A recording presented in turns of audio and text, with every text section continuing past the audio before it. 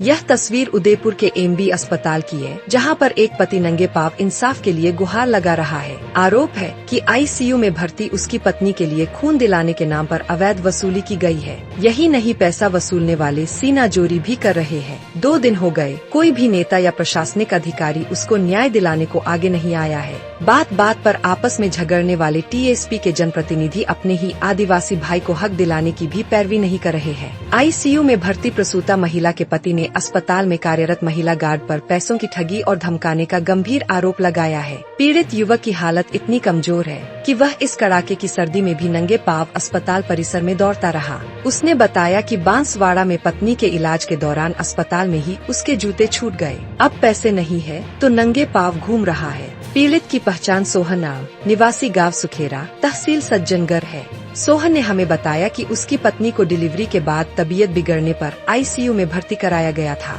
सोमवार सुबह चिकित्सकों ने ब्लड बैंक से रक्त लाने को कहा। सोहन ने बताया कि ब्लड बैंक का पता पूछने पर उसे अस्पताल में तैनात एक महिला गार्ड ने उसे साइड में बुलाया और कहा कि वह खून की व्यवस्था करवा देगी। उसने कहा कि जेब में एक भी पैसा नहीं है। इसके बदले 3000 रुपए मांगे गए। पीड़ित के पास नकद पैसे नहीं थे, जिस पर उसने परिजनों से ऑनलाइन ट्रांसफर करवाकर गार्ड द्वारा बताए गए एक व्यक्ति के खाते में राशि भिजवाई। सोहन ने बताया ब्लड बैंक में जाने पर किसी ने उसका वीडियो बनाया। वहां पर बात खुली व मामला मीडिया में आने के बाद आरोपी दुर्गेश ने केवल 2500 रुपए लौटाए।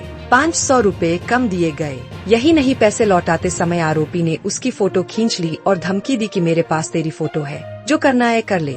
इसके बाद गार्ड युवती और आरोपी युवक दुर्गेश का दोनों मोबाइल नंबर बंद हो गए। सोहन का यह फोटो साफ साफ गवाही दे रहा है कि कौन सही कह रहा है और गलत। उसके पैरों में इस शीत लहर वाली सर्दी में चप्पल तक नहीं है। वह सर्दी में नंगे पांव अस्पताल परिसर में अपने हक के लिए दौड़ रहा है। परिजनों का आरोप है कि अस्पताल में दलाल सक्रिय है और मजबूर मरीजों के परिजनों को निशाना बनाया जा रहा है। वहीं आरोपों पर महिला गार्ड का कहना है कि वह निर्दोष है और कई वर्षों से एमबी अस्पताल में कार्यरत है। उसने खून के नाम पर किसी भी तरह की अवैध वसूली से इनकार किया व कहा कि युवक को कैश चाहिए थे। उसने अपने भाई से ऑनलाइन पैसे मंगवाकर उसकी मदद करने को कहा था। मामले के सामने आने के बाद अस्पताल प्रशासन और स्वास्थ्य विभाग की भूमिका पर भी सवाल खड़े हो रहे हैं। पीड़ित परिवार ने पूरे मामले की निष्पक्ष जांच कर दोषियों के खिलाफ कार्रवाई की मांग की है। मामले में अस्पताल अधीक्षक आखिर क्या कर रहे हैं, यह भी बड़ा सवाल है। उन तक पीड़ितों की आवाज भी पहुंचती है या नहीं।